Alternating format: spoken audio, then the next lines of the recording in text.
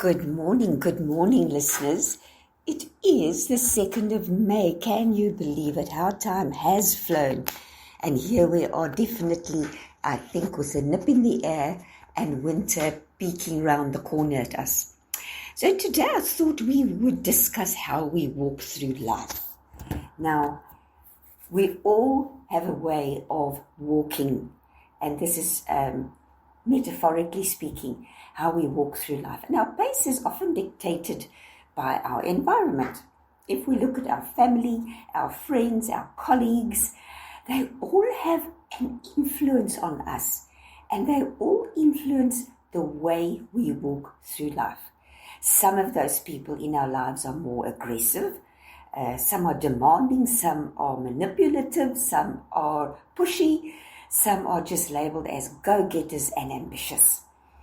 These are all things that influence us because those are the people we rub shoulders with on a regular basis.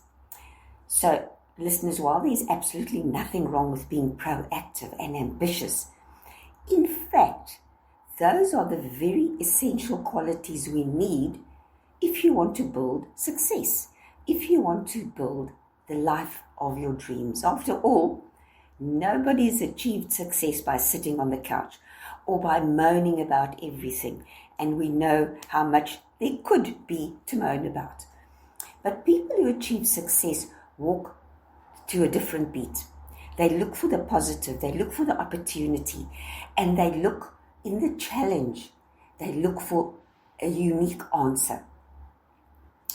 So whilst I'm saying that there is nothing wrong with being proactive, that your goals will remain elusive if you don't have a growth mindset and if you're not active, I also feel there's a case to be made to be more gentle and more tolerant, more accepting of those around us who move, who walk to a different beat, to their own music.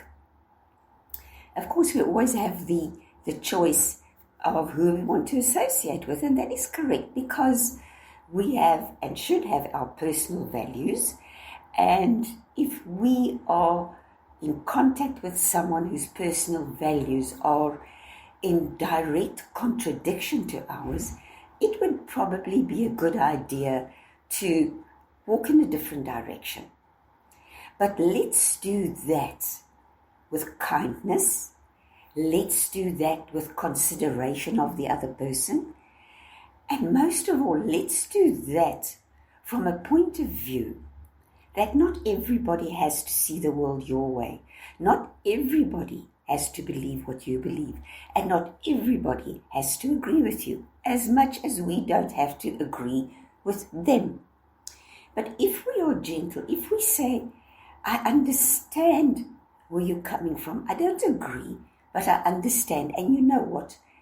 I allow you to be who you want to be, as I hope you allow me to be who I want to be. Then we are walking through life a lot more gently. We are not stomping all over everyone and everything who does not agree with us, who does not hold the same values or the same beliefs, political, religious, social. I mean, there are so many differences in the world.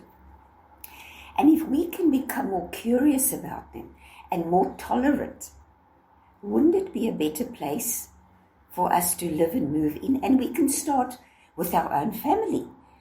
If you just think of a family with children, how very different those children can be. You can have one child that's a total introvert and another child who's a total extrovert and a third who's somewhere in between, depending on the day.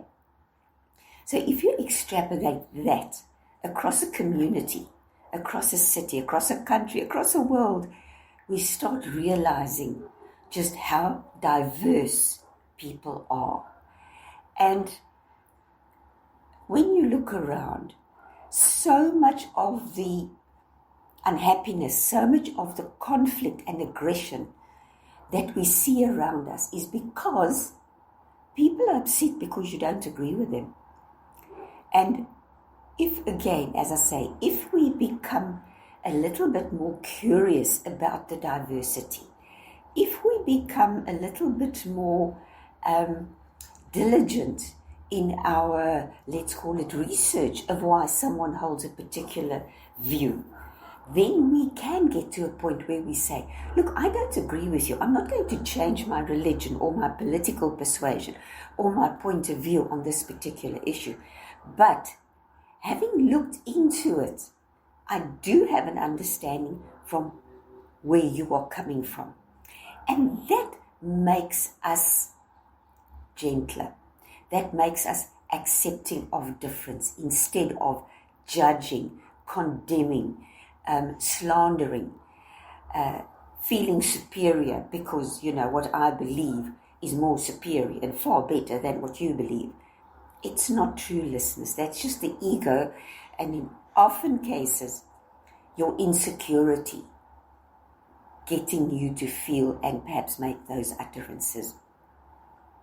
As I say, we live in a country and in a world that holds so much diversity on every front, from what color you should paint your house to what flowers are best, from indigenous to invader plants. There are strong feelings about that. And again, be curious. Understand that the world is diverse. It is never going to be uniform.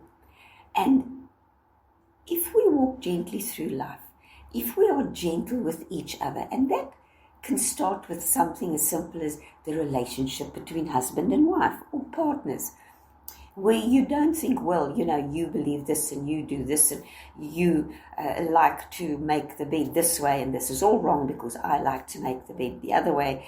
The whole argument of where should the toilet paper go? Should it go over the front or over the back? Allow for the diversity.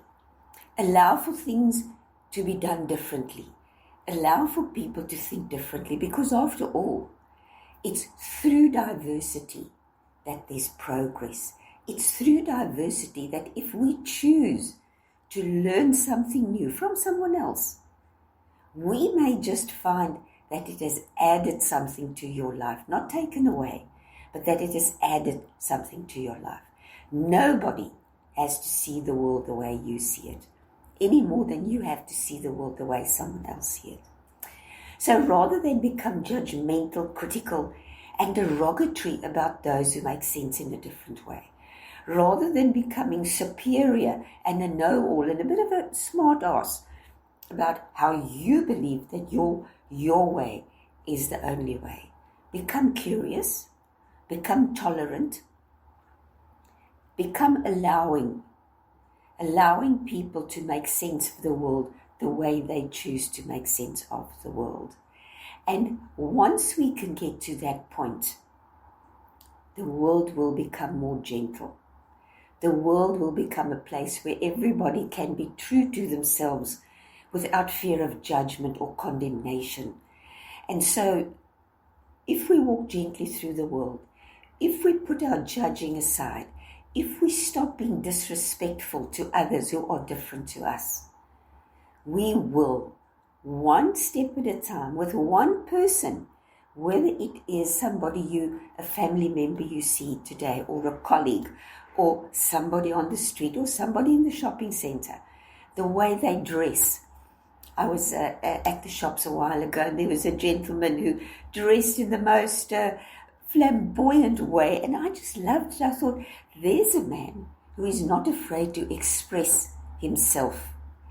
He had different colored socks on and bright shoes, and it was just a delight to watch someone be who he wanted to be, and not sit there and judge and say, look at him, what was he thinking? Doesn't he have a full-length mirror? Wasn't there someone to tell him he looks ridiculous? He didn't look ridiculous. He looked cheerful. He looked bright. He looked like his own person. And really, that's what we all want to be. We want to be authentic. You want to be who you really are at your core, without fear of judgment and condemnation. So listeners, I'm asking you today to put your judgment aside, to put your condemnation aside, to put your curiosity forward, and to walk gently through the world with everyone you meet. It is a Friday. I hope you have a wonderful Friday. I hope the weekend is going to be great. It, by all accounts, is going to be a bit chilly. So it's a good opportunity to snuggle up with a book or a movie and some popcorn and so on, and all those comfort things we do when the weather is not so good. And do stay safe, stay warm, be kind, be gentle. The radio station you can't live without. This is your radio. This is South Coast Radio.